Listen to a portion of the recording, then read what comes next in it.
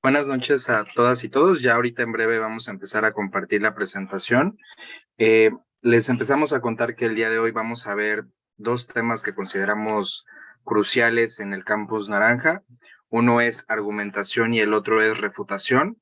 Ambos consideramos que son la base para poder desarrollar la actividad pedagógica que es el debate. Entonces, pues hoy esta sesión la tenemos planeada también para que sea pues muy interactiva, para que pues ya vayamos pues puliendo esas habilidades y ahora que empecemos y arranquemos tanto con las actividades presenciales como con las actividades también virtuales en términos de debate, pues estemos pues lo mejor preparados posible, ¿sale? Entonces, pues el día de hoy vamos a comenzar con esa presentación. Ya ahorita nos harán favor de compartir la presentación y empezar, ¿vale? De antemano les agradecemos, a los que van entrando también les pedimos que vayan cambiando su nombre porque con base en eso se va tomando el pase de lista. Les recordamos que primero va su nombre, slide o guión con el estado de donde nos acompañan, ¿vale? Y también otro anuncio, mañana no va a haber clase socialdemócrata, sino que se va a postergar hasta la siguiente semana, pero el jueves también para las personas que no tomen el taller hoy, pues también aquí estarán, se los estaremos dando, ¿vale?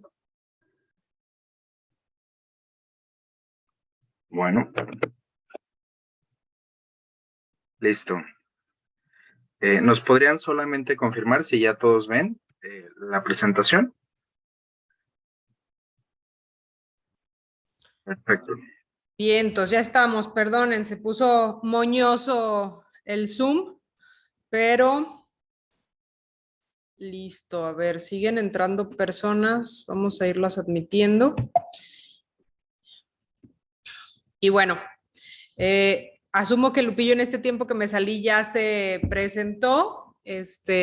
Yo soy Monse Pérez Cisneros, soy de Jalisco.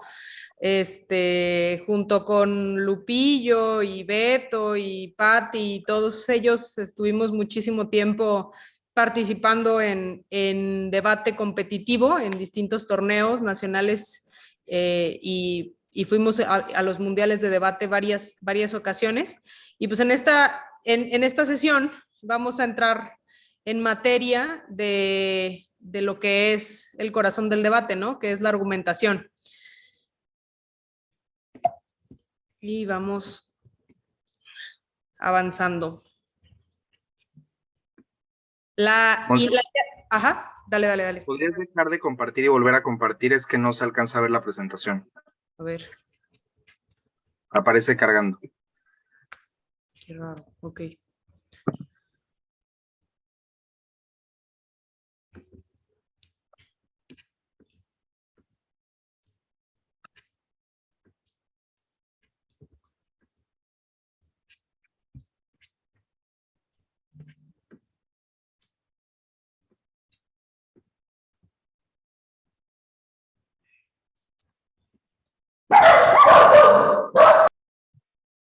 Ya, ahora sí se ve bien.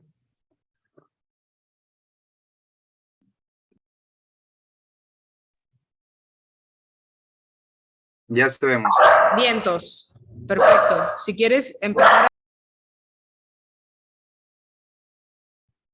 Sí, vamos a contarles hoy justamente cuáles son los objetivos que vamos a estar tratando de cubrir en esta presentación.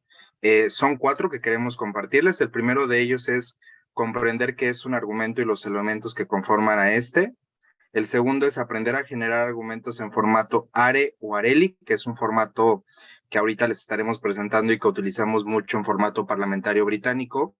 El tercero es ejercitar la creación de argumentos y refutaciones. Estaremos haciendo algunos ejercicios para que también vayan con la práctica ejercitando estas habilidades. Y el cuarto es aprenderán el uso y aplicación de esquemas argumentativos y refutativos en el formato parlamentario británico, ¿vale? Entonces, esos son los 4 objetivos que tenemos planeados para esta sesión. Algo importante que entender es que nosotros todo el tiempo estamos argumentando, o sea, en nuestras conversaciones del día a día estamos todo el tiempo haciendo estos ejercicios argumentativos, pero pues muchas veces no tenemos los elementos para hacerlo de manera ordenada, sistemática y por lo tanto completa, ¿no? Y eso, o sea, cuando ustedes aprendan a argumentar tanto en el contexto ya de debate como lo que van a quedarse de esta plática, pues van a empezar automáticamente a identificar cómo sus interlocutores en las conversaciones diarias cometen ciertos errores argumentativos, de estructura o de lógica, y ahí se pone divertida la vida porque empiezan ya como que a identificar esto no es cierto por esto o esto no es válido por esto y ahí es cuando empiezan como que a calificar estos ejercicios que hacemos todo el tiempo.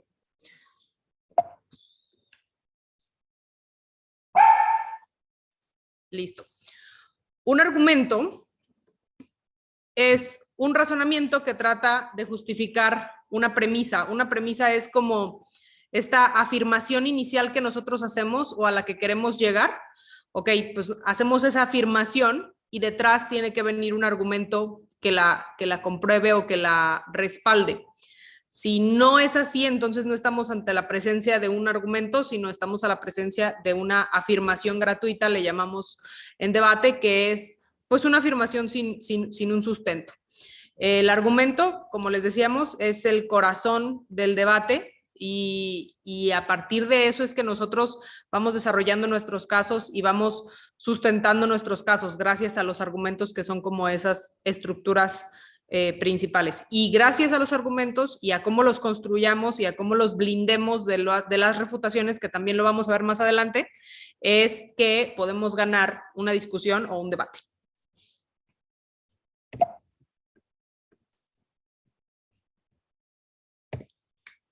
Y ahorita vamos a tener una actividad para abrir esta sesión. Lo que les pido es 10 voluntarios que me pongan en el chat su nombre. Yo los voy a acomodar en un orden y esos 10 voluntarios van a tener 90 segundos máximo para hacer un argumento o una actividad de argumentación que ahorita les vamos a explicar. Pero entonces, por favor, 10 valientes que nos pongan su nombre en el chat.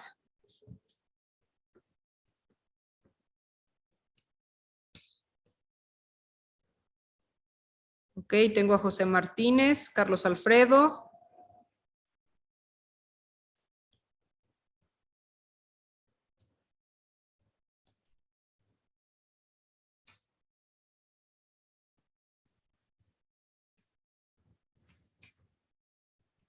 Bien, los voy a ir acomodando.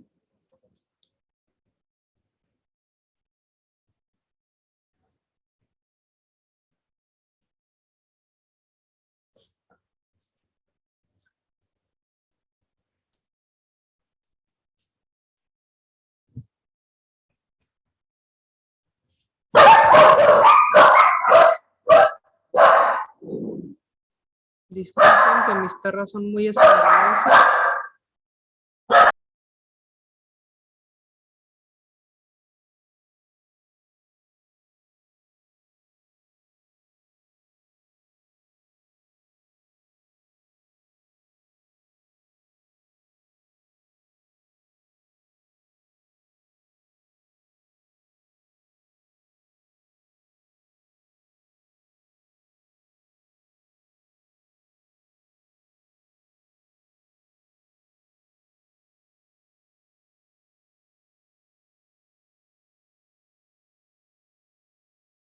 Todavía nos faltan 6 voluntarios, por favor, 6 voluntarios, perdónenme, 4, si no yo los escojo.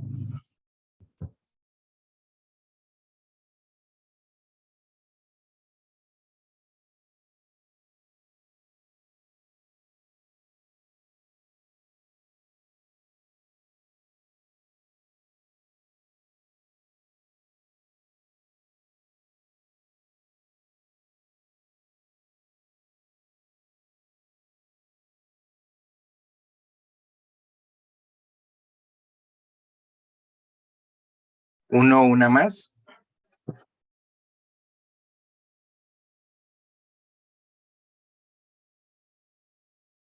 Listo.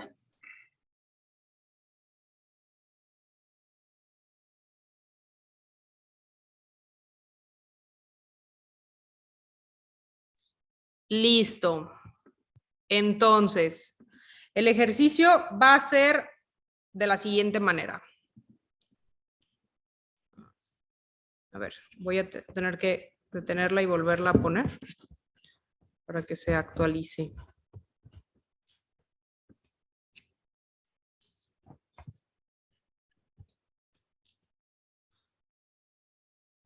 ¿A ti te sale, Lupillo, ya la presentación actualizada con la organización de los nombres?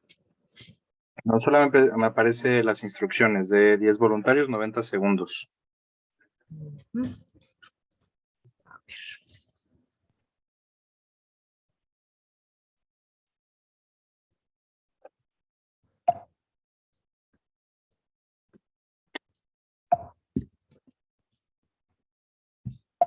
Ay, si quieres, ahorita. No sé por qué no se está como que actualizando.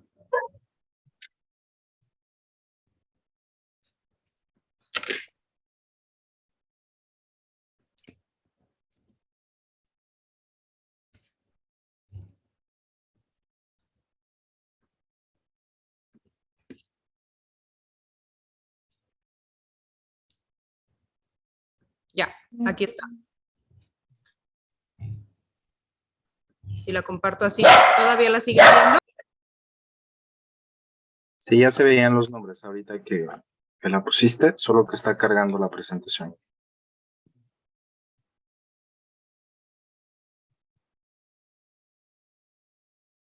Ya se ve bien. Buenísimo. Entonces, el ejercicio va a ser de la siguiente manera. Ahí está el orden. La F significa a favor y la C significa en contra. Entonces, la idea es que vamos a debatir esta moción, que es: esta casa legalizaría todas las drogas.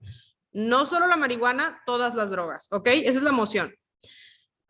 Lo que esperamos es: empieza José Martínez a favor, con un argumento a favor, y tienes 90 segundos para decirlos, e inmediatamente después vienes tú, Carlos.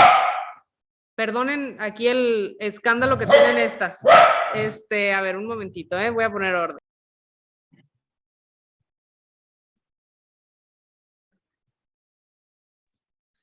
Ya pusimos orden.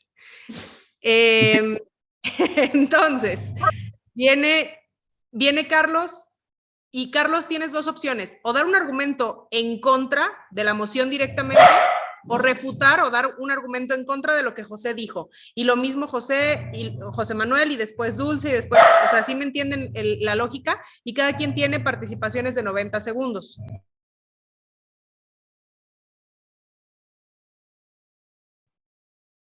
Listo. Entonces vamos a empezar con José Martínez.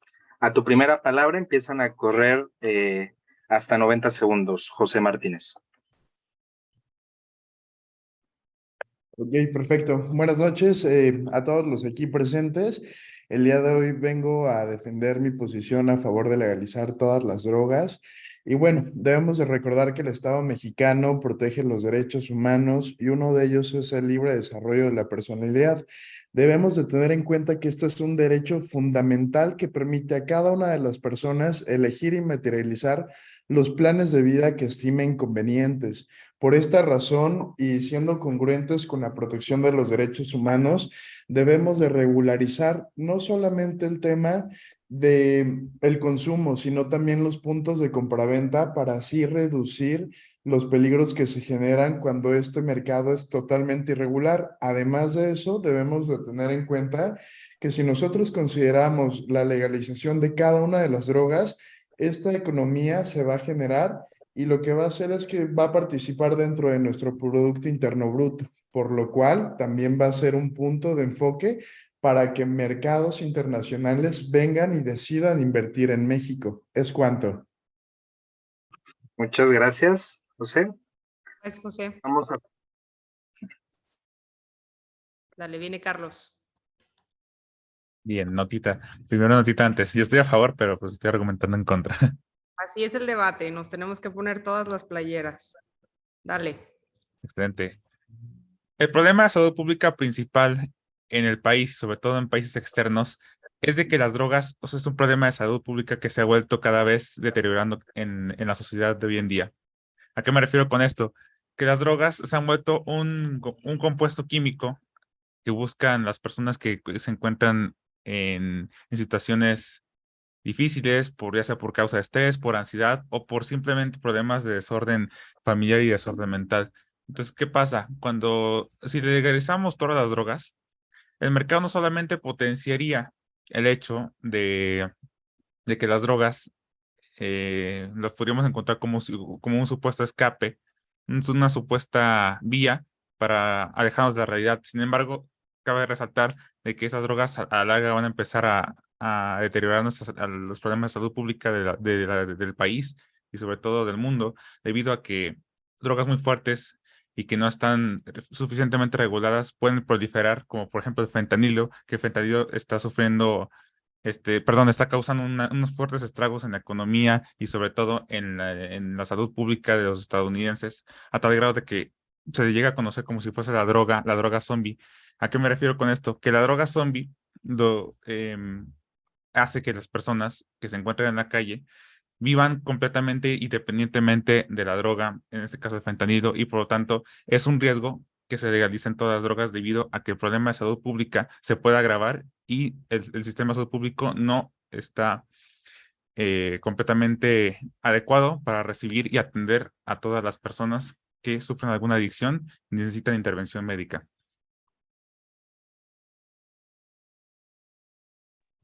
Súper. José Manuel. Listo. ¿Qué tal? Muy buenas noches a todos. Definitivamente el tema de la legalización de las drogas es un tema que por muchos años dentro de México y creo que en todo el mundo ha sido un tabú, ya que actualmente no se tiene registro o no se tiene, digamos, ninguna, vamos a decirlo así, como ningún pensamiento crítico con respecto a la utilización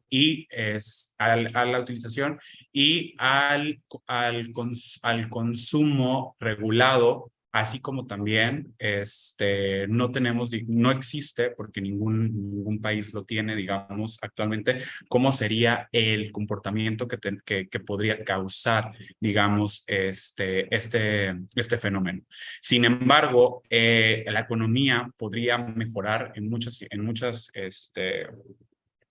situaciones o en muchas vertientes, ya que sería algo regulado, al igual que también se evitaría, digamos, tener esos confrontamientos con el crimen organizado.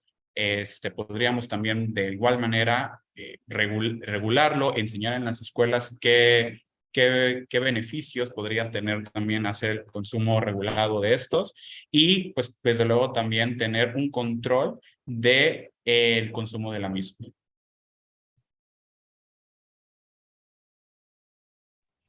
Venga, Dulce.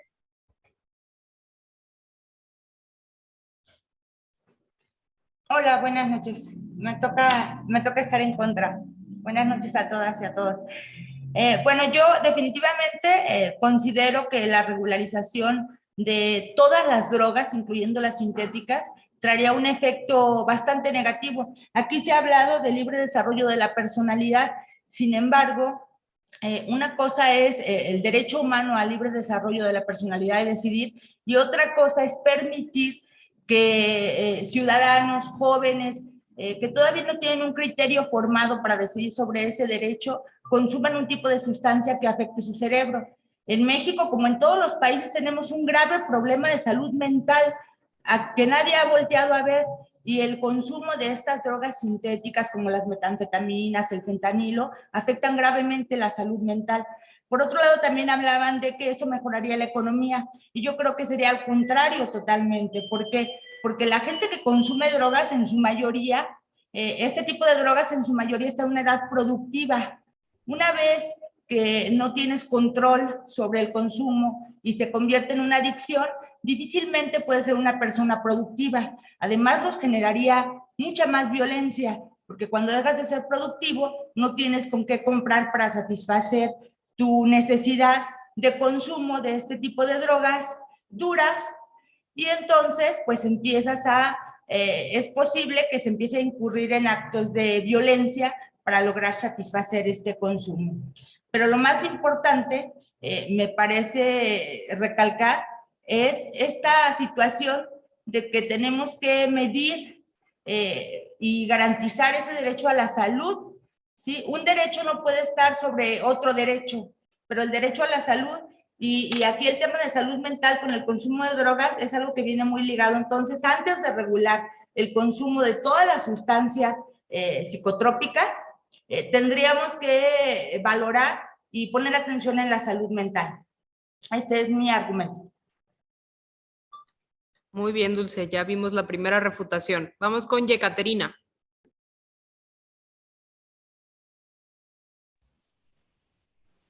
¿Qué tal? Buenas noches.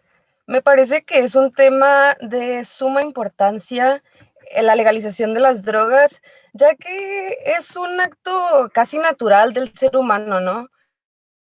Desde que hay registros de nuestra existencia, estos han estado acompañados del uso de sustancias. Bien, esto, si bien como consecuencia en los países crea que se reduzca el costo de producción, pero también el que grupos justo, ¿no?, se encarguen de esta producción. Tal es el caso de nuestro país. Nuestro país se ha visto manchado por la presencia de estos grupos. Es por esto que para México especialmente creo que es aún más importante legalizar las drogas. El narcotráfico ha alcanzado a extender su poder al gobierno, ¿no? Creo que es tiempo ya de parar con esto. Legalizar las drogas ha mostrado en otras partes del mundo que reduce justo el uso de estas. Al estar regulado, al tú tener la disposición, creo que la decisión nos la pensamos dos veces, ¿no? Esto también, aparte de... Ay, lo siento. Venga, venga, vas bien. Ay, no.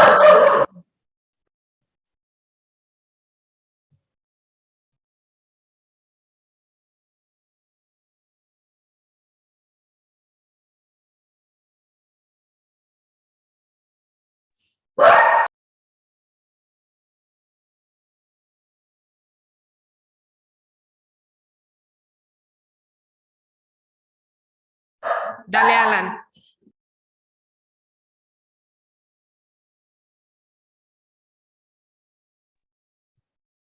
Ok, buenas noches a todos. Me toca estar en contra.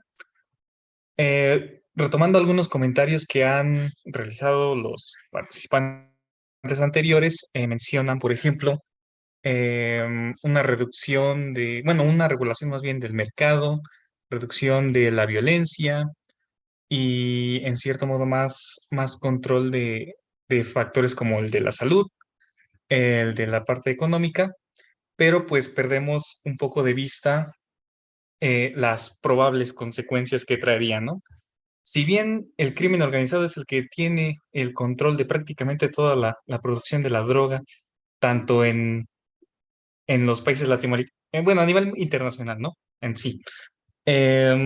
Esto, bueno, la legalización de las drogas no solo haría que algo que estaba en la ilegalidad se volviera legal, tampoco considero que tenga un impacto tan grande en la reducción de la violencia, porque al final del día la competencia seguirá existiendo y pues seguiría siendo perceptible el hecho de estos enfrentamientos o quizá quizá cambie un poco la forma en la que se desarrolle estas confrontaciones y tomando en cuenta también que vivimos en un país en donde la corrupción está al día por día y que aunque se habla de que ciertos productos en el mercado están regulados, no lo están, que son dañinos, que tienen un exceso en el precio, pues podríamos decir que pasaría lo mismo en este caso con las drogas, ¿no? Que por cierto es un negocio muy lucrativo. Y entonces necesitaríamos todo un tiempo. Ya. Va, siguiente, Fernanda.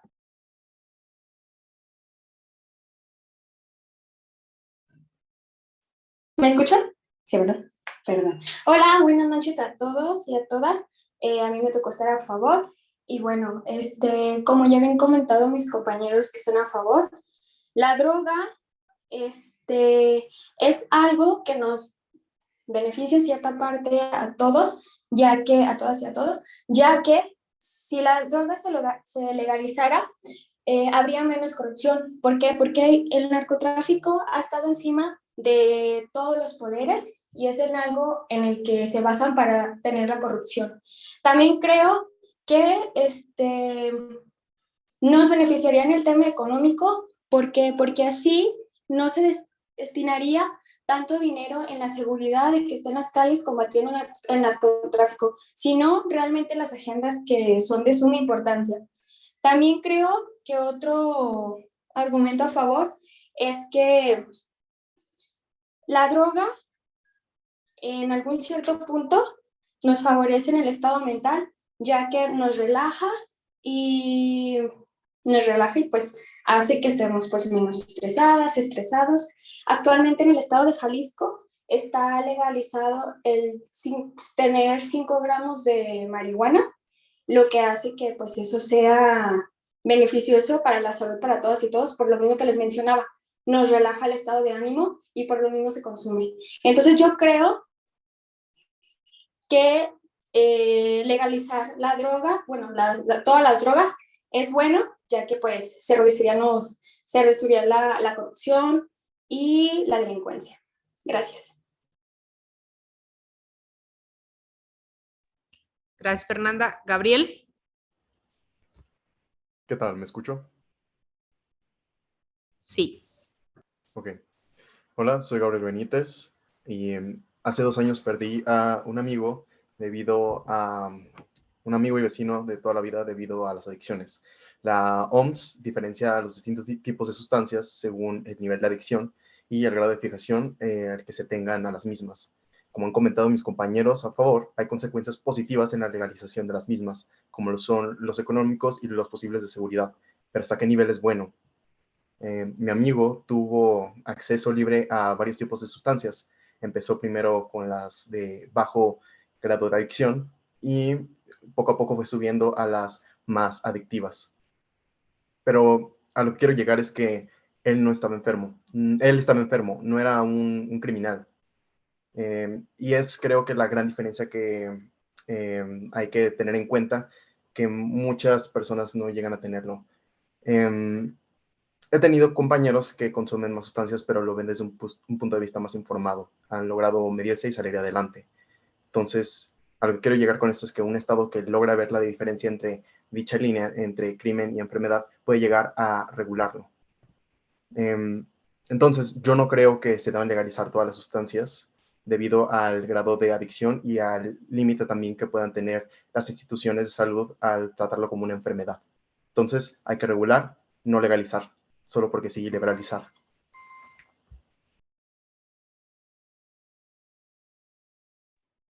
Ok, muchas gracias, Gabriel. Y viene Luis Daniel.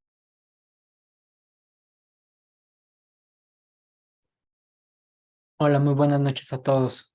Pues bueno, a mí me gustaría iniciar con la frase de que como tal no existen venenos, únicamente no hay las dosis correctas. Aquí en esta circunstancia, más que nada para tocar el tema de drogas y de control de drogas y de legalización de drogas, tenemos que ver que en México ya existe un precedente dentro de nuestra historia, donde la mayoría de las drogas estaban regularizadas, pero la droga que no estaba regularizada y la que causaba muchos daños y problemas de delincuencia era propiamente el alcohol. Como todos sabemos, al final de cuentas, la droga que causa más daño dentro de nuestra sociedad es el alcohol y la misma se encuentra completamente regularizada, toda vez de que pues existen intereses económicos muy marcados en primer lugar. Ahora para continuarlo, hablando sobre un tema económico de drogas, pues tenemos que ser honestos y tenemos que hablar las cosas como son y como tal, una economía relacionada a la droga ya existe en México, como tal ya existe una industria, como tal ya hay redes de distribución. El problema es que no existe una fiscalización y no existe un control en el cual se puedan dar unos esquemas en los cuales se pueda proteger la salud de los mexicanos y de igual manera se puedan proteger como tal tanto la seguridad nacional como su soberanía. Y se me acabó el tiempo.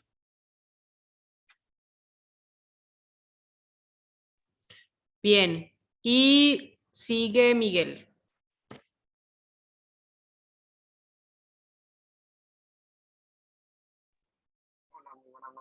No es verdad que la legalización acabaría con con el narcotráfico. Basta y sobra en algunos países que no suscriban dicho consenso en convenios internacionales para que se convierta en corredores de droga. Es decir, a otros países no les convendría que México legalizara ciertas drogas para su consumo dentro del país. ¿Por qué? Porque asimismo entraría una problemática internacional, ya que seríamos un punto de venta para otros países. Entonces, yo creo que es un peligro la legalización en México, ya que también expondríamos a la niñez y a la juventud del país, ya que la juventud actualmente son la base de lo que se pretende hacer en un futuro. Entonces, yo estoy en contra de la legalización. Eso sería todo de mi parte. Súper. Muchísimas gracias a todos por su participación. Ahorita que entremos como a la estructura de la argumentación, lo que les vamos a pedir un poco es que ustedes retomen esos argumentos que dieron y hagan un análisis sobre cómo lo hicieron, qué les faltó y demás. Y también hacer como la aclaración conforme nos vamos a ir metiendo en debate, así como decía, me parece que era Carlos. Hay muchas veces que nos toca defender un lado que no corresponde a nuestras ideas, ¿no? Ahí hay dos cosas. La primera es pues la madurez de poder debatir y poder discutir y argumentar y encontrarle razones a todo, estemos de acuerdo o no. Y la segunda, por supuesto, también es abrirnos a escuchar como que los distintos lados y cuando a nosotros nos toca preparar un tema de algo con el que no estamos de acuerdo, pues también empezamos a ser muy conscientes de esos argumentos que hay a favor de ese tema y de repente también nos abre la mente y nos ayuda como a incluso a veces cambiar de opinión y demás. A mí me ha pasado en lo personal. Entonces, ustedes tranquilos, nos va a tocar seguramente debatir de muchas cosas con las que a lo mejor ustedes no comulguen y todos entendemos que es parte del mismo ejercicio, ¿va? Bueno, pasamos a la siguiente parte. ¿Cómo construir un argumento? Aquí creo que Lupillo, vas tú. Bueno, lo primero que hay que entender ahora es que pues vamos a tratar de ser más meticulosos en cómo vamos a desarrollar un debate. Digo, ya vimos ahorita que cada quien tiene distintos como estilos para poder desarrollar una idea, un argumento, dar sus razonamientos, pero al final del día hay que entender algo. todo argumento se realiza o se cimienta con base en premisas. Y la premisa la podemos entender como una proposición o los procesos de un razonamiento que generan los argumentos para desarrollar una conclusión. Estas premisas son justamente, piénsalo así, como el cimiento del argumento.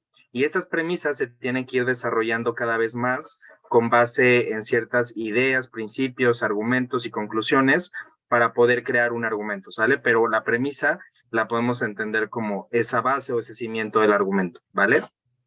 Poniendo el ejemplo de algunas de las participaciones que acabamos de ver, una premisa, por ejemplo, es como cuando José dijo legalizar las drogas catapultaría, desarrollaría la economía, ¿no? Esa es la premisa del argumento, esa es como esa primera afirmación a la que se quiere llegar a comprobar y que es como la punta de lanza del argumento.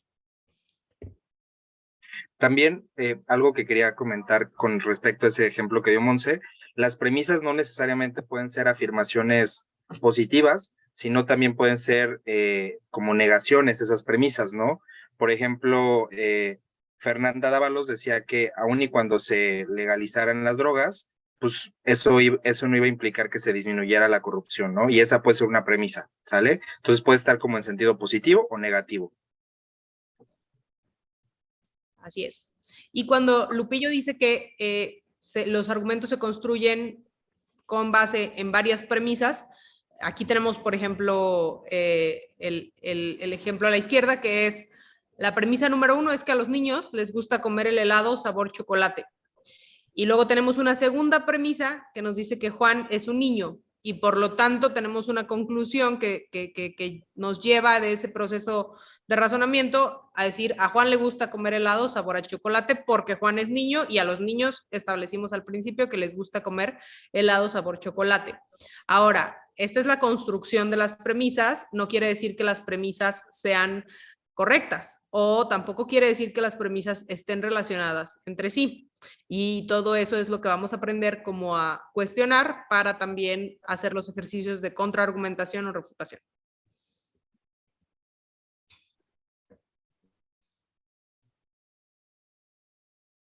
¿Le quieres dar lo que Bueno, ahora vamos a platicar justamente sobre un modelo que queremos enseñarle. Sí, ¿me escuchan? Sí, creo que te llegó tarde. Creo que se está cortando.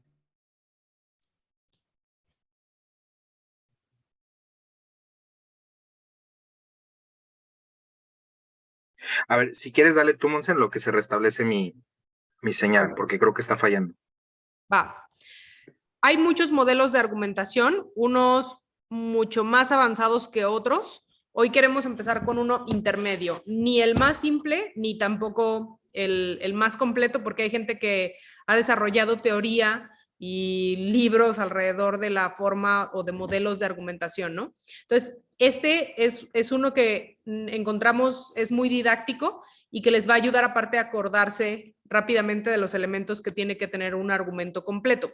Entonces, este modelo se llama ARELI y consta de 5 elementos. El primero es la afirmación, que es esta premisa principal de la cual hablamos.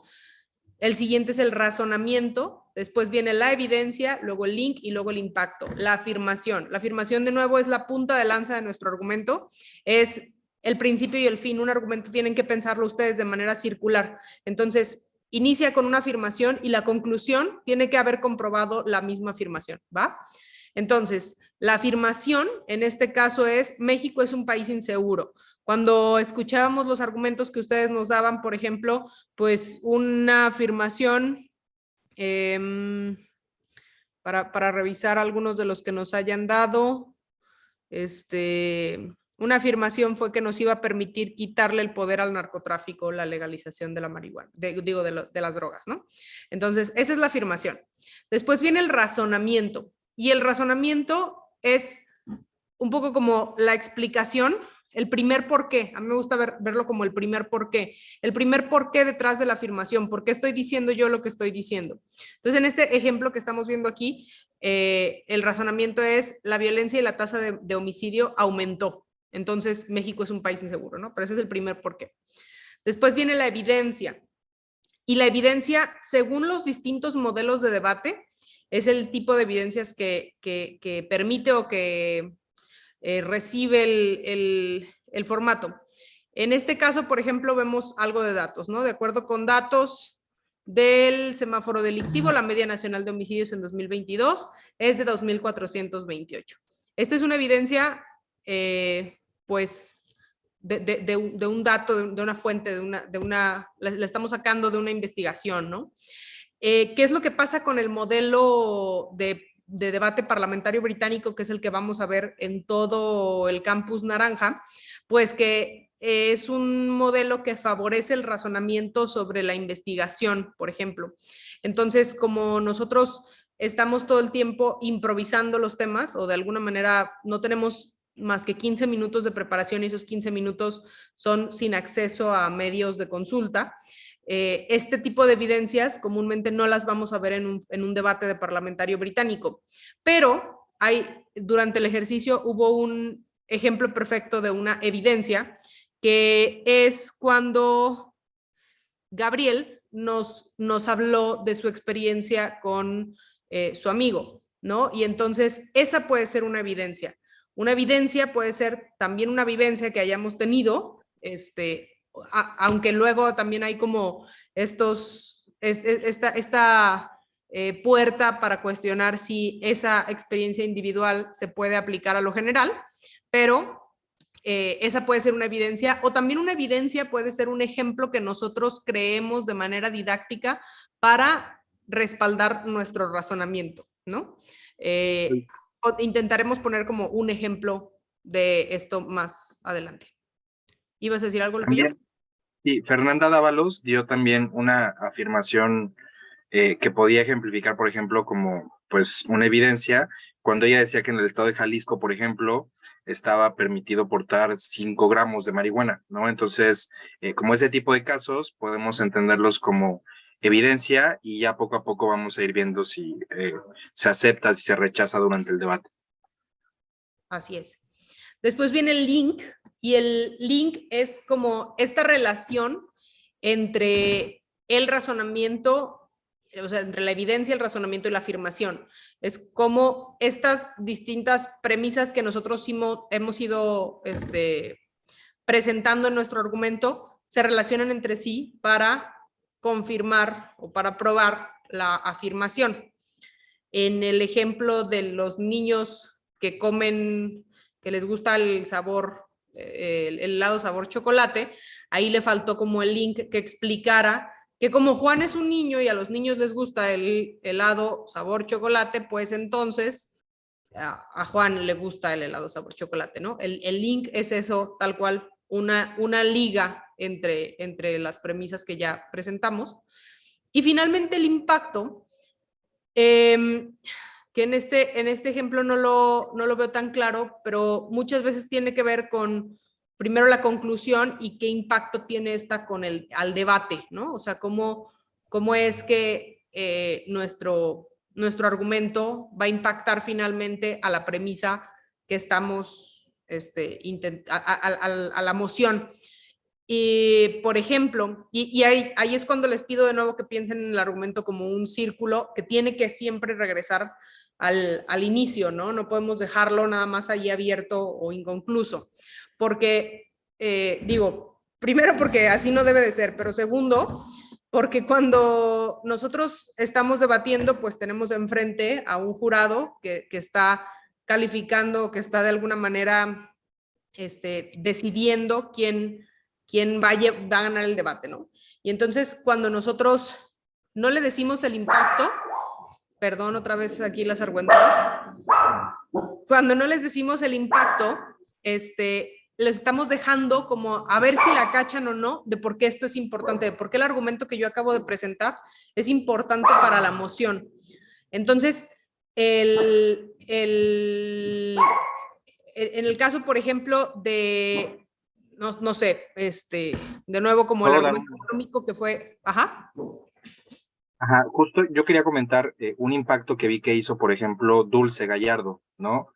Dulce, cuando habla en su argumentación sobre que las drogas te genera un estado difícil de controlar y que además te genera ciertos niveles de productividad, ella trata de impactar esa afirmación que la desprende a partir de justamente refutando a su anterior compañero, diciendo que pues si disminuye tu productividad el consumo de drogas, pues eso también va a repercutir en en una menor economía o en un menor crecimiento del PIB, ¿no? Entonces vemos que Dulce lo que hace es no simplemente trata de dar la afirmación, sino que trata además de impactarlo, llevando esto pues a decir que también pues no podemos garantizar que va a haber un crecimiento económico o va a haber un aumento del PIB, si también hay como situaciones muy puntuales en la persona en términos fisiológicos o de productividad, ¿no?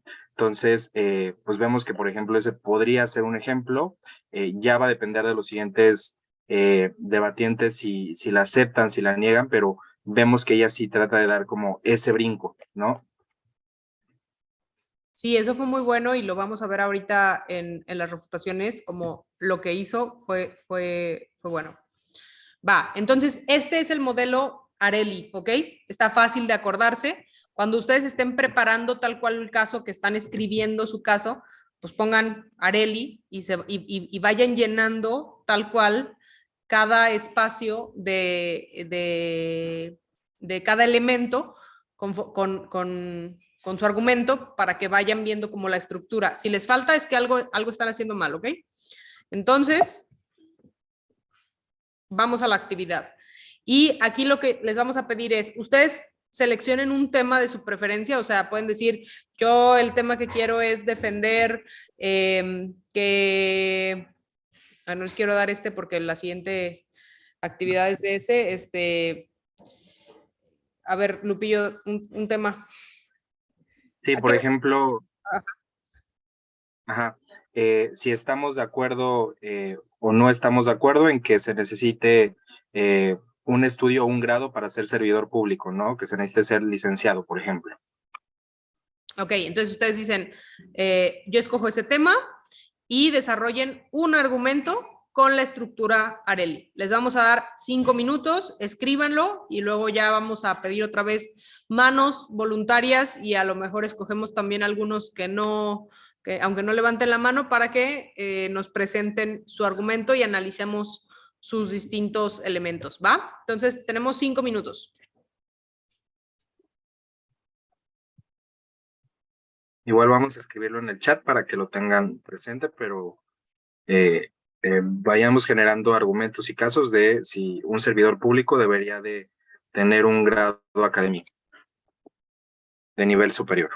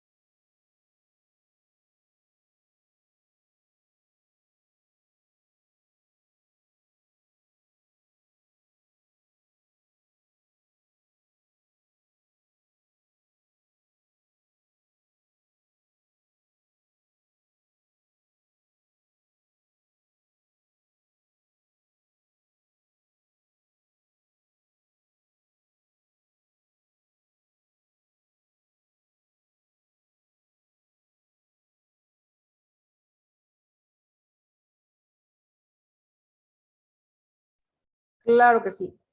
Ahí está.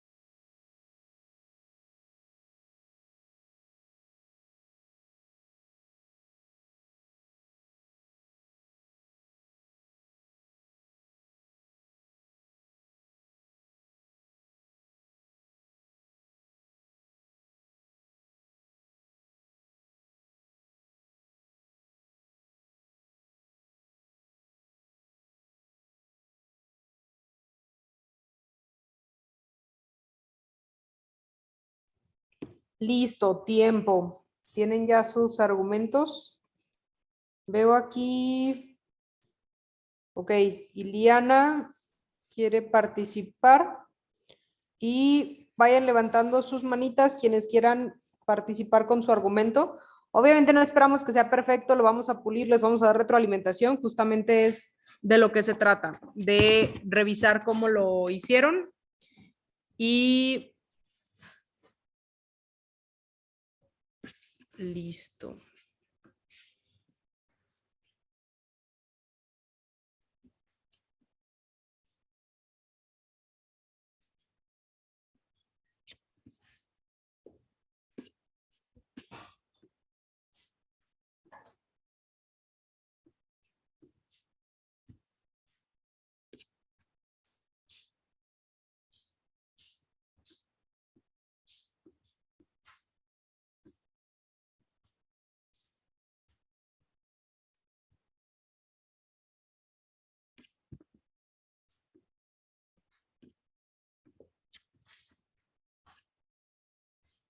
Va. ¿Sí me escuchan? Sí. Bien, entonces, empezamos con Iliana. Iliana, preséntanos tu argumento. Si quieres decírnoslo como lo preparaste de corridito o si quieres irnos diciendo los elementos, está perfecto. Como tú prefieras. Ok, ¿me escuchan? Sí. Ok, pues así de corridito. Vámonos. Ok, empiezo.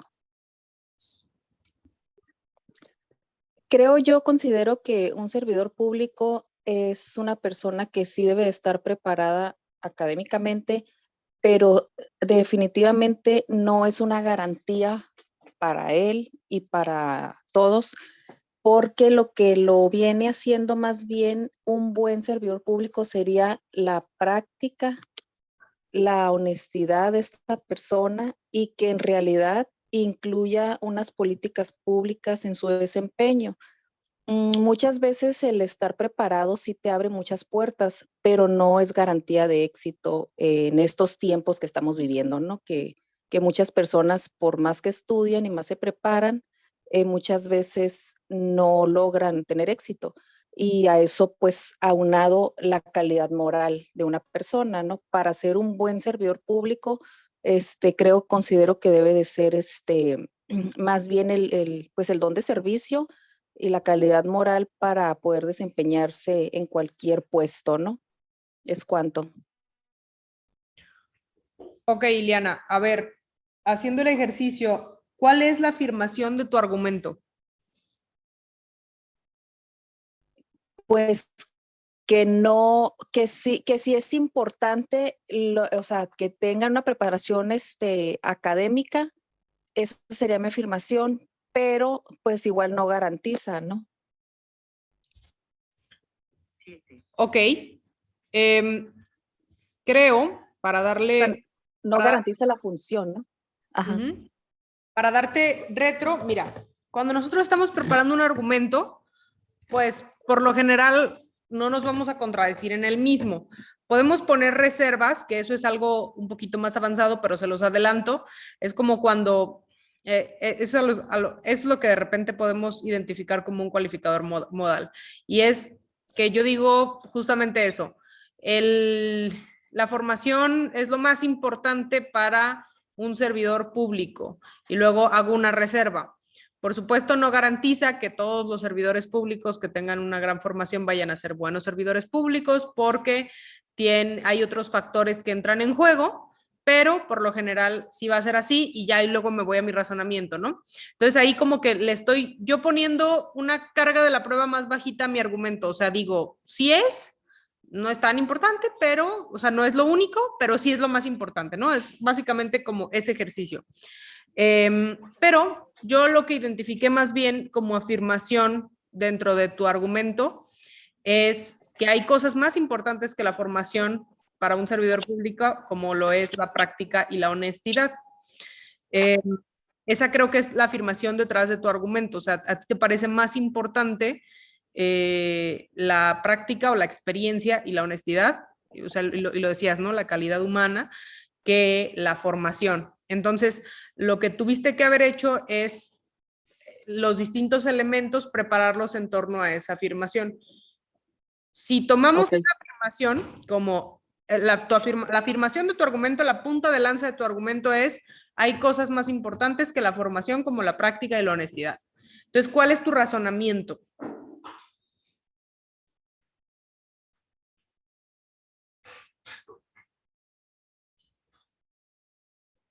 Tú dímelo, ¿cuál es el razonamiento detrás de la afirmación de hay cosas más importantes que la formación como la práctica y la honestidad?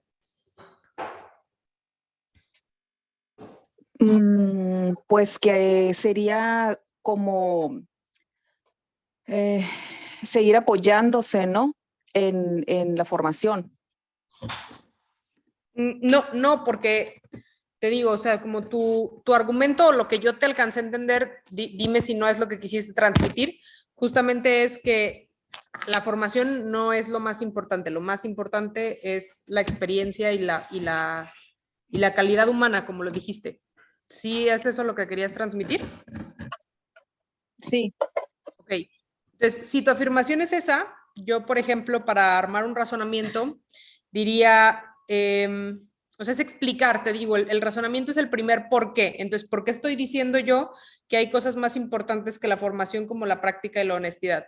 Bueno, entonces ahí yo diría, mi primer por qué sería, pues porque la formación no garantiza que el servidor público, a lo mejor garantiza que el servidor público vaya a conocer de los distintos temas en un cierto grado de especialización, pero no garantiza que vaya a ser un buen servidor público, porque para ser un buen servidor público lo que requiere es tener de cierta calidad humana para actuar de la forma más ética, ¿no? Para, no sé, no caer en actos de corrupción, etcétera, etcétera, ¿no? Entonces, ese para mí sería el primer razonamiento, o sea, el primer razonamiento. Y luego en evidencia, pues tú puedes traer algún caso como conocido, ¿no?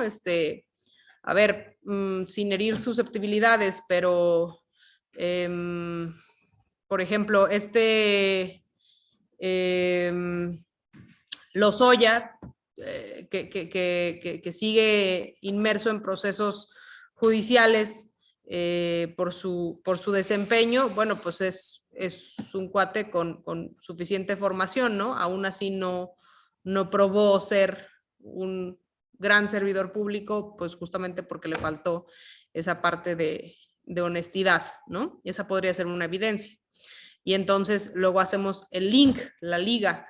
Entonces, como ya comprobamos que sí hay servidores públicos que por más formación que tengan, no su honestidad, su calidad humana no fueron suficientes, pues no fueron buenos servidores públicos y entonces ahí es cuando yo impacto y digo, y por lo tanto, hay cosas más importantes que la formación, como la honestidad o como la experiencia, y entonces, si hay cosas más importantes, pues no tendría yo que requerir a los servidores públicos de una licenciatura. O sea, si vieron lo que hice, lo conecté primero con la afirmación, cómo mi argumento hizo toda su formación, llegó a probar mi afirmación inicial y después lo impacté al debate. Entonces, regreso al corazón del debate y digo, entonces, si hay cosas más importantes, ¿por qué les voy a requerir forzosamente que tengan una licenciatura? ¿Sí? ¿Queda claro? ¿Dudas hasta aquí? Lupillo, ¿tienes alguna observación? No, todo bien. Si quieres, vamos con la siguiente. Y entonces, Ángel.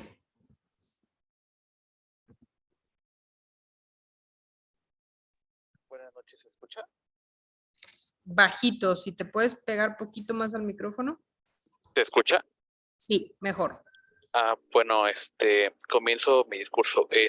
La idea que vamos a plantear, es que vamos a defender que un servidor público debe contar con un grado de estudios de nivel superior de manera obligada. Y bueno, me gustaría primero, definir que un servidor público es una persona que ahora sí que, como su nombre lo indica, le sirve sus conocimientos técnicos y materiales para brindárselos a la institución del Estado. Un ejemplo puede ser un médico a la institución de salud, un policía a una persona quizás con formación quizás militar o castrense, puede formar parte de las filas de la seguridad pública. En el caso de la cuestión de también un maestro de primaria o de una educación básica, media superior o superior, a una institución de educación. Ahora, ¿por qué es relevante la idea de que debe tener formación un alto grado de estudios académicos? Bueno, porque estaríamos hablando de que un servidor público tiene la responsabilidad de en este caso, usar sus conocimientos técnicos para ahora sí que brindárselos a la ciudadanía que puede ser desde niños en una escuela, en una institución de educación, hasta personas que están en situación de vulnerabilidad, que puede ser una persona enferma, una persona en situación de calle, una persona que puede ir estar en una situación de riesgo como en un incendio o estar atrapada en los escombros a raíz de un sismo, entre otras situaciones más. Ahora, ¿por qué también sería relevante? Porque también hablaríamos también de un criterio de responsabilidad dentro de estos servidores públicos, y de esta manera podríamos ver que de manera más sintética, que una persona que brinda sus servicios al Estado y a la sociedad, pues brindaría también un servicio, obviamente de una manera más responsable, de manera más ética y más compleja. ¿Por qué? Porque tiene una amplia gama de conocimientos ante un aspecto que en el cual está especializado. ¿Es cuanto? Perfecto. Muchas gracias. Ángel, ¿verdad? Fuiste quien nos compartió ahorita su argumento. Vamos a entenderlo. Creo que Ángel hace un ejercicio muy interesante. Ángel, pues trata de explicarnos que la formación de la que estamos hablando, pues es una formación muy general. No sabemos si va a haber algún sesgo en particular de la educación que van a tomar estas personas, pero logro rescatar un razonamiento principal, que creo que es el que Ángel defiende, y creo que ese es el que trata de desarrollar a lo largo de su intervención, la cual es que la actividad o el servicio público repercute necesariamente en terceros, ¿no? Y que eso hay una obligación necesaria hacia las personas que repercute. ¿A qué me refiero? Que, pues, como él decía, ¿no? Puede que repercuta, por ejemplo, si es un maestro y está al frente de un salón de clases con niños, o si es una persona que se encuentra al frente, por ejemplo, de una instancia en donde son personas que están en situación de calle, etcétera, ¿no? Entonces vemos que este argumento pues lo trata también de linkear, ¿no? Diciendo que pues no simplemente su actuar depende de ellos, sino que también depende de más personas que están a su cargo o a su responsabilidad, y que el hecho de tener una preparación técnica nos puede ayudar a poder tomar mejores decisiones, ¿no? Utilizar esta técnica en el servicio.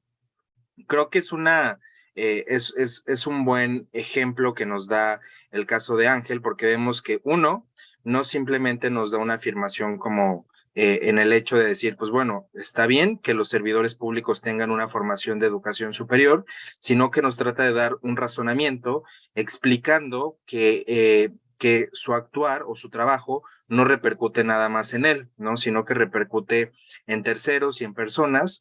Y creo que ahí lo único que a lo mejor podríamos ir trabajando es, pues a lo mejor tratar de dar ejemplificaciones, ¿no? O sea, de cómo una persona que tiene un cierto nivel de educación superior, por ejemplo, puede que también tome buenas decisiones o que tome mejores decisiones, ¿no?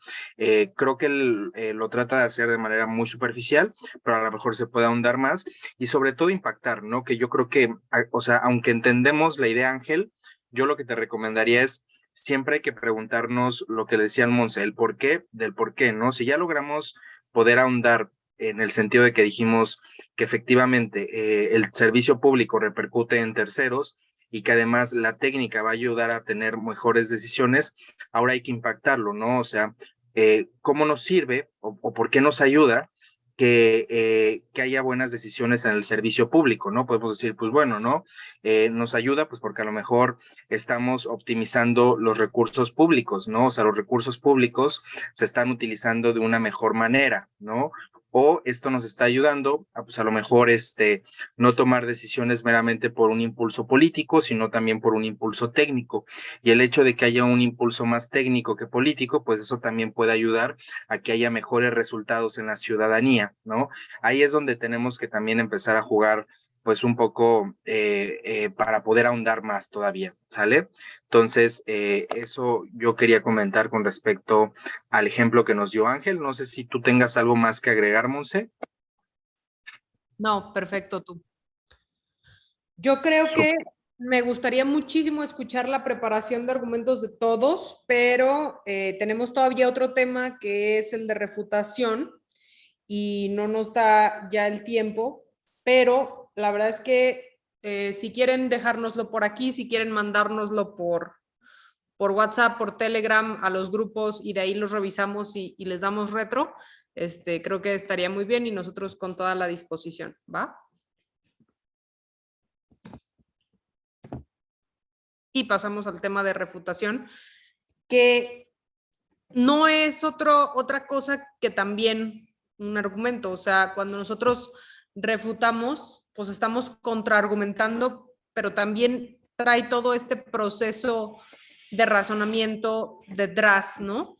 Y lo que hacemos más bien es que nuestra premisa, pues gira en torno a la premisa del otro o al caso del otro, y ahí es cuando nosotros estamos explicando por qué su argumento o no es cierto o no es suficiente o no abona el caso o alguna de las o su razonamiento no es el correcto. Hay muchas formas de refutar y es de nuevo pues parte de del mismo ejercicio de argumentación. Y esto es muy importante. En debate, cuando estamos refutando, para lo que sirve es para contrastar. Y entonces o sea, el objetivo de la refutación es convencer al juez de que nuestra refutación pondera o sobresale del argumento del otro. Y entonces que nuestros argumentos tienen que pesar más que los otros argumentos.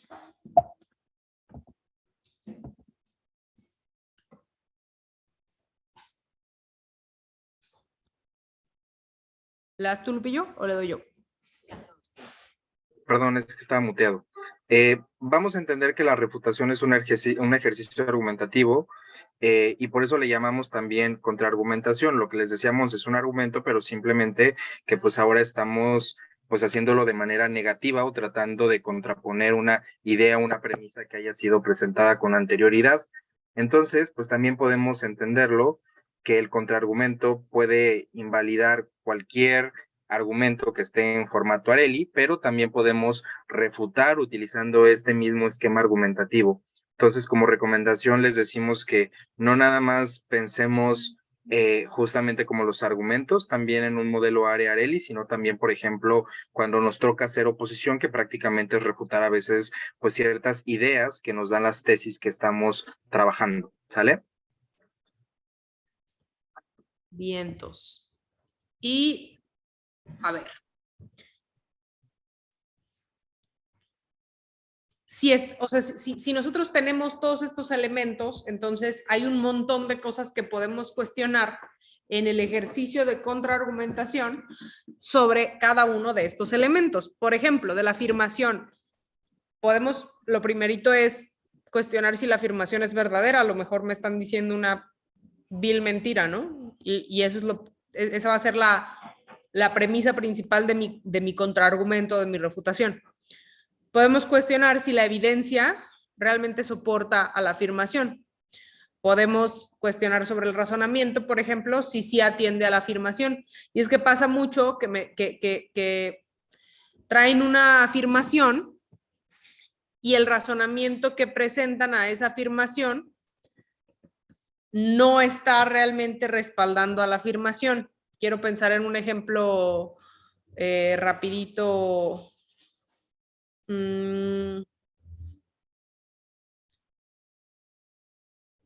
A ver, sobre este debate de si los servidores públicos tendrían que tener algún grado de formación, ¿no? Y entonces a lo mejor yo digo, los servidores públicos tienen que tener un grado de formación porque la función pública es un mundo interdisciplinario y se tiene que tener conocimiento especializado sobre eso. Esa es mi afirmación, ¿no?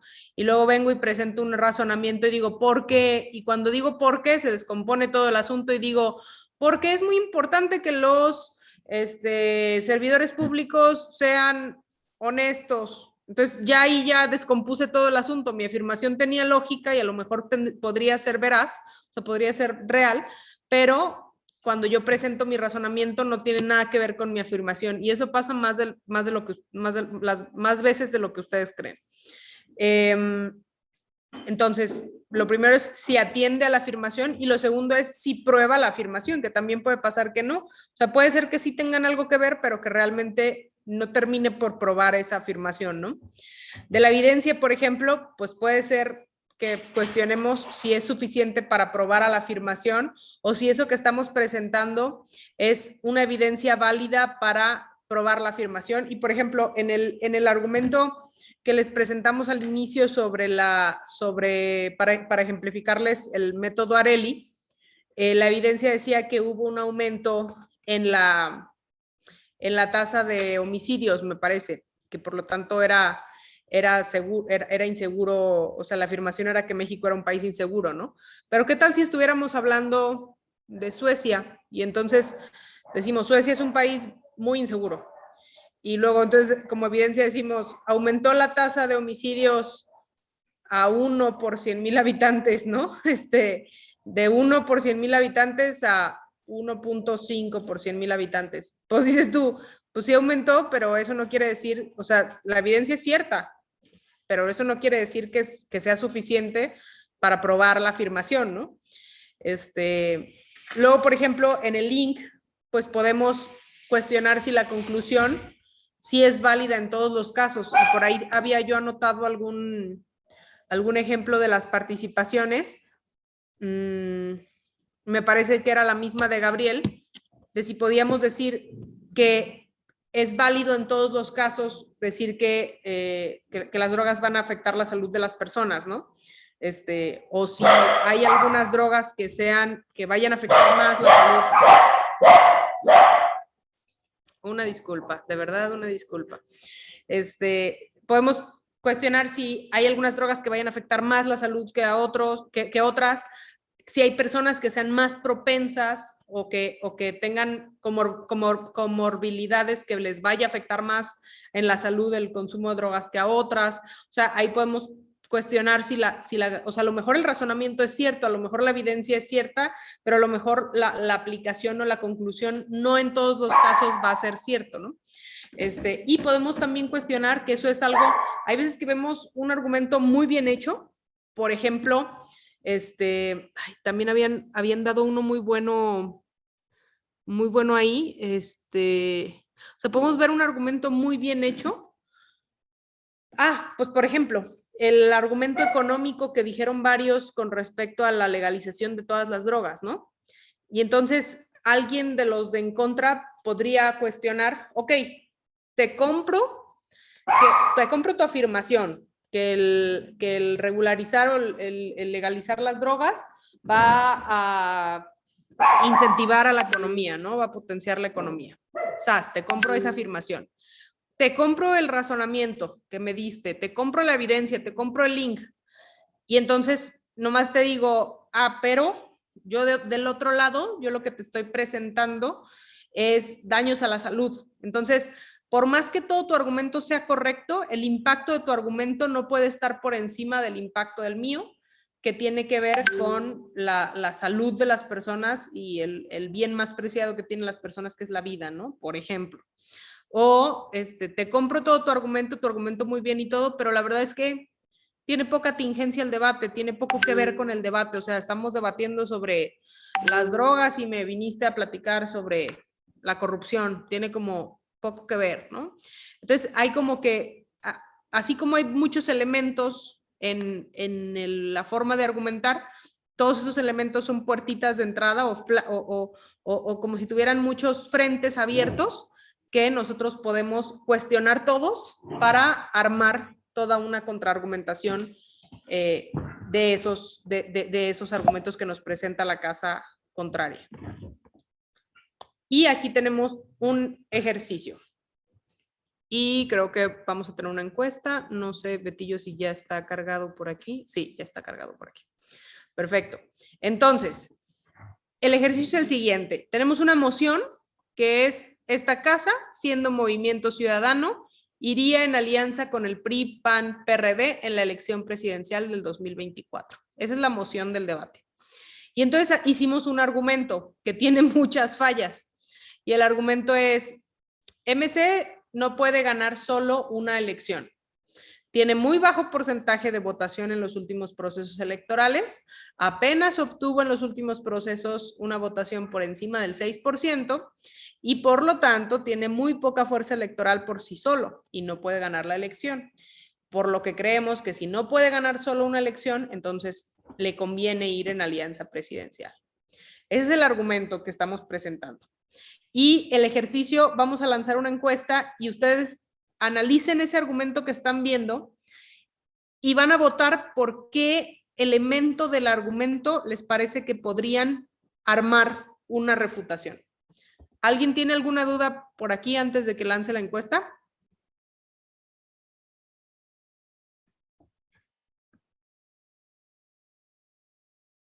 ¿Nadie? Asumo que nadie. Bueno, la lanzamos entonces.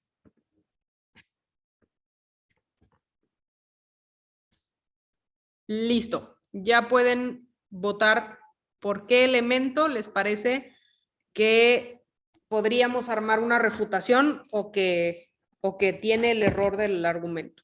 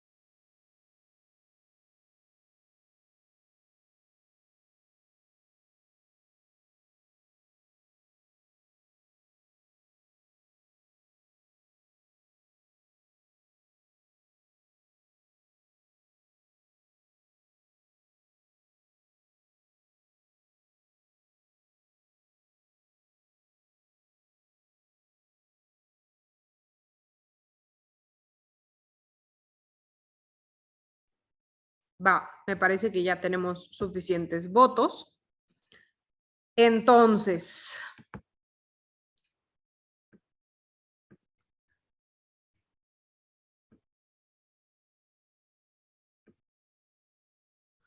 ok. La mayoría votó por el razonamiento. ¿Alguien que haya votado por el razonamiento que levante la mano para que nos explique por qué y qué refutaría del razonamiento.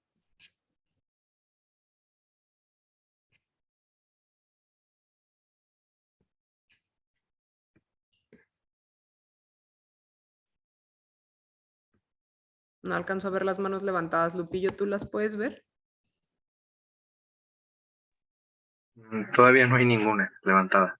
Ah, bueno, pues designamos. A ver.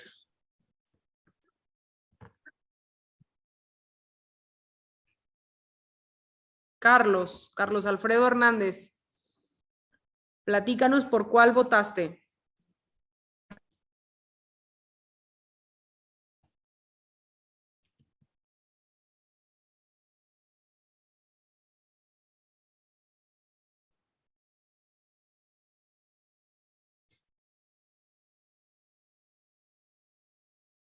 ¿No? ¿No está Carlos? Creo que no está Carlos. Está bien. Jacqueline Miranda, ¿estás?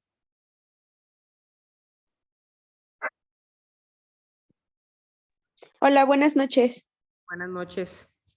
Yo en la encuesta voté por evidencia. Evidencia, ok. ¿Qué te parece Ajá. problemático de la evidencia? Yo creo que más que nada los porcentajes, porque ahí, o sea, bueno, tú al hablar de porcentajes quiere decir que ya te basaste sobre alguna fuente de información, obviamente como es sobre un proceso electoral, entonces necesitamos primero saber de dónde sacaste, bueno, yo considero que necesitamos saber de dónde sacaste la información para poder ver cómo vamos a atacar lo del argumento. Ok, puede ser, pero ahí te va, como les platicamos en Parlamento británico, no nos, o sea, favorecemos el razonamiento detrás de o sea, sobre la investigación. Eso quiere decir que no es tan importante cuestionar la fuente, más bien, pues cuestionar la evidencia en sí. Por ejemplo, a lo mejor sí obtuvo el 6% de votación. Podemos asumir que fue así, pero sabemos que, y también eso es importante, ¿no? Para debatir en parlamentario británico sí hay que tener algo de cultura general y algo de información de actualidad. Sabemos que si bien sí obtuvo en algunos estados el 6% de votación, tuvo un crecimiento importante respecto a las elecciones anteriores a esas. Es decir, ese 6% ya va en crecimiento. Entonces podemos pensar que Movimiento Ciudadano va en crecimiento en sus porcentajes de votación y que para 2024 tendremos aún más, ¿no? Entonces ahí es como decir, sí es cierto esa evidencia, pero le falta información, completo la información y entonces le doy un significado distinto a esa evidencia que presentó la parte contraria y entonces me traigo el argumento a este lado, ¿no? A ver, ¿alguien más que esté por acá para no? Ok, Dulce ya me levantó la mano. Dulce, ¿por cuál votaste? Hola, bueno, yo voté por el impacto, pero igual puedo refutar la afirmación. La que tú quieras. Sí, la afirmación está bien. La afirmación, MC no puede ganar la elección solo. Bueno, yo creo que la afirmación no puede tomarse como verdadera, ¿sí? Y que la evidencia pues no soporta esa afirmación. La evidencia nos habla de que en los últimos procesos apenas obtuvo votaciones por encima del 6%. Sin embargo, hace algunos años en México, una persona que jamás había participado en una elección electoral, que por lo tanto no había estadísticas de porcentajes de votaciones anteriores, que era el doctor Simi, ganó una elección. Entonces, eso no es una evidencia que sustente la afirmación de que el Movimiento Ciudadano no podría ganar sola una elección. Ok, eso está muy bien. Más que la evidencia, es un poco cuestionar la conclusión, ¿no? O sea, como eso aplica en todos los casos, o sea, hay casos de excepción y si hay casos de excepción, entonces podemos tomar como absoluta o como suficiente el razonamiento y la evidencia que nos están presentando, ¿no? Está muy bien. A ver, Antonio.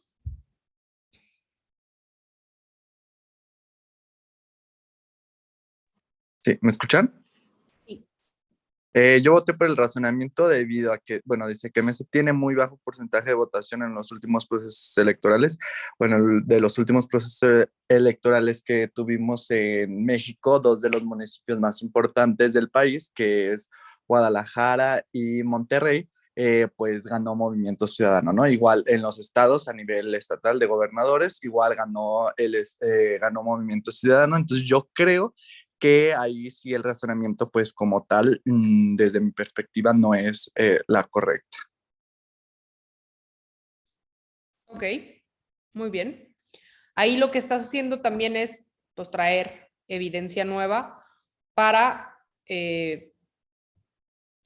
para refutar el razonamiento. Bien, perfecto. Eric Puy. Sí, buenas noches.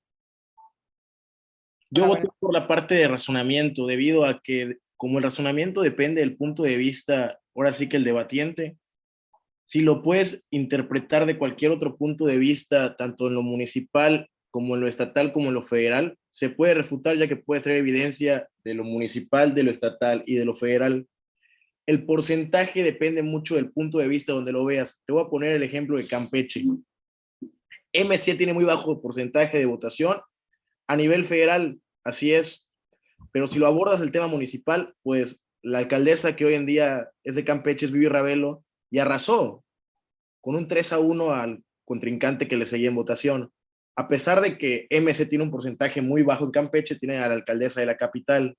Y si nos vamos al norte del país, es el mismo caso que Nuevo León. Nuevo León, a lo mejor MC tiene muy bajo porcentaje en la votación presidencial de 2018, pero en la votación de 2021 es el actual gobernador Samuel García con un porcentaje más alto. Entonces, el razonamiento depende del punto de vista donde lo abordes, es por eso que se puede refutar. Perfecto, muy bien, Eric. Justamente creo que, mira, aquí nos está comentando Dulce que este ejemplo es de municipios y la premisa es de elección federal. Sí, yo creo que, o sea, está bien, entiendo el razonamiento, simplemente lo que nos faltaría a lo mejor es concatenar diciendo cómo en casos de votaciones locales, como por ejemplo el caso, por ejemplo, de Vivi Ravelo, que es la capital además de Campeche, pues podría ejemplificarse con el hecho de ganar capitales y ciudades importantes como algo sintomático para después poder ganar una presidencia.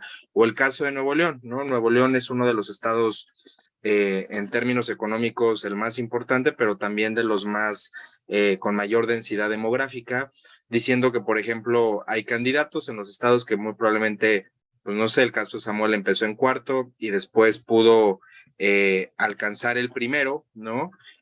Pueden ejemplificar de que Movimiento Ciudadano tiene casos estatales y municipales en donde incluso no se empieza ni en el segundo ni en el tercer lugar y que aún así se pueden ganar, ¿no? Esa es una manera de poder también como refutar, pero hay algo que no tenemos que perder de vista, es que cuando argumentamos, sobre todo una moción, que esta moción es, esta casa siendo MC y en alianza con PRI, PAN, PRD, elección presidencial de 2024, no hay que perder de vista qué es lo que queremos probar, que es en este caso la elección presidencial del 2024, y si bien son puntos que nos ayudan a poder reforzar la fuerza que tiene Movimiento Ciudadano a nivel municipal y a nivel estatal, pues concatenarlo con que estamos hablando, que esto también repercute o se linkea con el caso a nivel federal para que nos quede claro, ¿sale? Entonces esa recomendación yo también se las agregaría, ¿vale?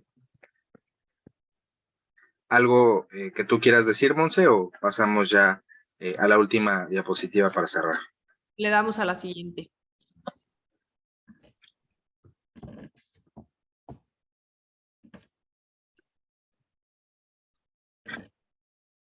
Pues bueno, vamos a cerrar con esta última diapositiva para entender 4 puntos que son bien importantes de por qué estamos enseñando argumentación y refutación en parlamentario británico. Número 1, hay que entender que en parlamentario británico importa más el fondo que la forma. Si bien es cierto, vamos a tratar de ser persuasivo, implica también una importancia de la forma, pero lo que califican de manera primordial los jueces o las personas que les van a asignar de primero a cuarto lugar durante los debates, pues es el fondo y los argumentos. Y muchas veces que pues haya la suficiente estructura de estos argumentos como para que difícilmente te los refuten y que además pues sea persuasivo. Entonces hay que poner mucho ojo en el fondo y estas estructuras argumentativas como lo que vimos que son Areli, poder tener ciertas estructuras mentales bien definidas, nos va a poder tener pues un fondo más ordenado y eso también va a poder permitir que los jueces o los panelistas puedan digerir de mejor manera la información que nos estén brindando. El segundo punto es que pues, los argumentos ayudan a convencer y por ello a vencer.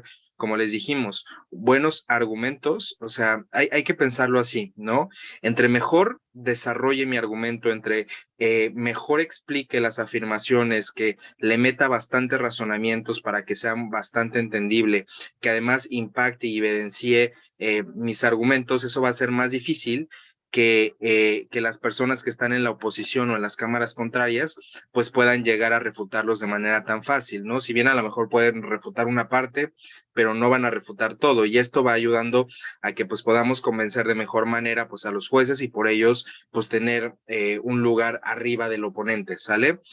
Algo que también decimos mucho en parlamentario británico es que preferimos calidad que cantidad de argumentos. Como recomendación, siempre que les toque defender una moción, les recomendamos realizar máximo 3 argumentos y al menos 2 argumentos, ¿no?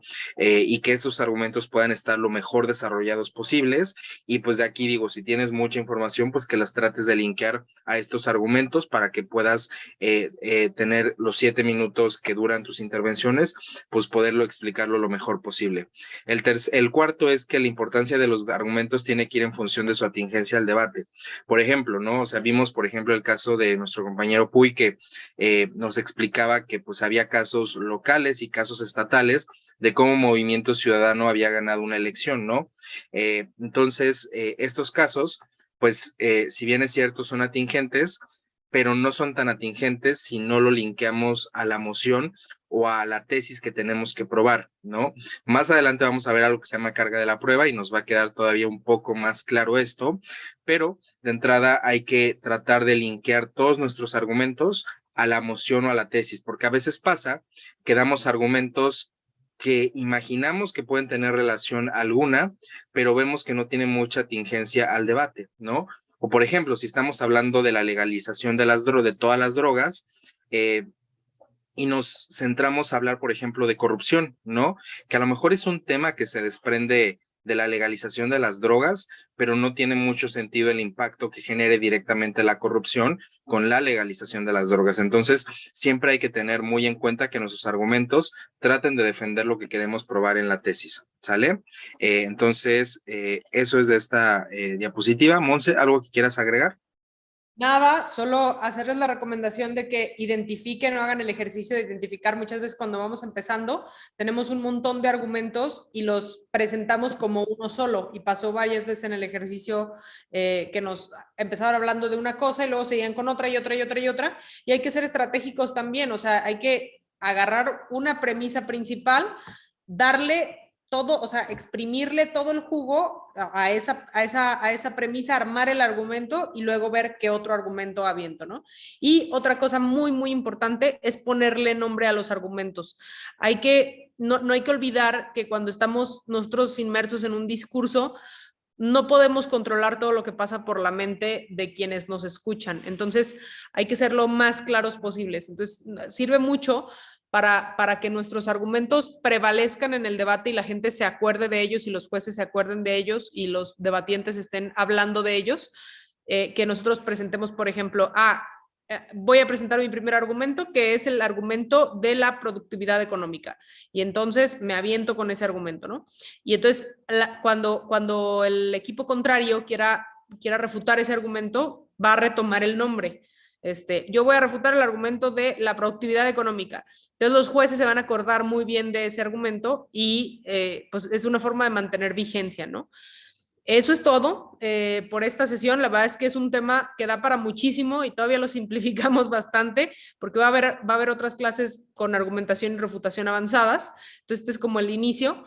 Esperamos que les queden cosas claras. La verdad es que todo esto se va a ir practicando y practicando y practicando hasta que tengan bien claro todo y les salga naturalmente pensar en los argumentos con todos sus elementos. Pero bueno, pues esta es la primera aproximación. Les agradecemos mucho que nos hayan acompañado hasta aquí, que nos hayan apoyado con su participación. Y pues nosotros somos Lupillo, Monse, vamos a estar viéndonos muy seguido. Igual también por el chat les dejamos nuestras redes por si quieren pasarnos por ahí sus argumentos, discutir, preguntarnos, lo que sea, pues ahí las vamos a dejar y nos va a gustar mucho conectar con ustedes, ¿va? Listo, pues también les recordamos que el jueves vamos a estar también dando esta misma sesión en el mismo horario y mañana miércoles no tenemos agenda socialdemócrata por el tema de las vacaciones, pero retomamos todo la semana que viene y el jueves a quienes no se hayan conectado hoy, sin problema pueden conectarse y les vamos a estar mandando la clase grabada también, ¿sale? Cualquier cosa, cualquier información, estamos a la orden en los grupos de WhatsApp.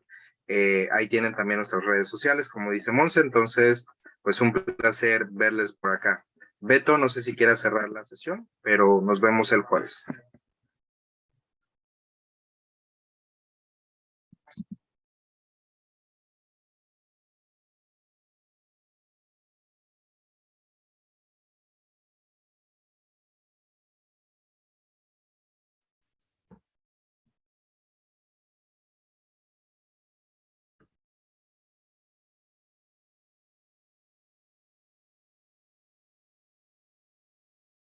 Recording stopped.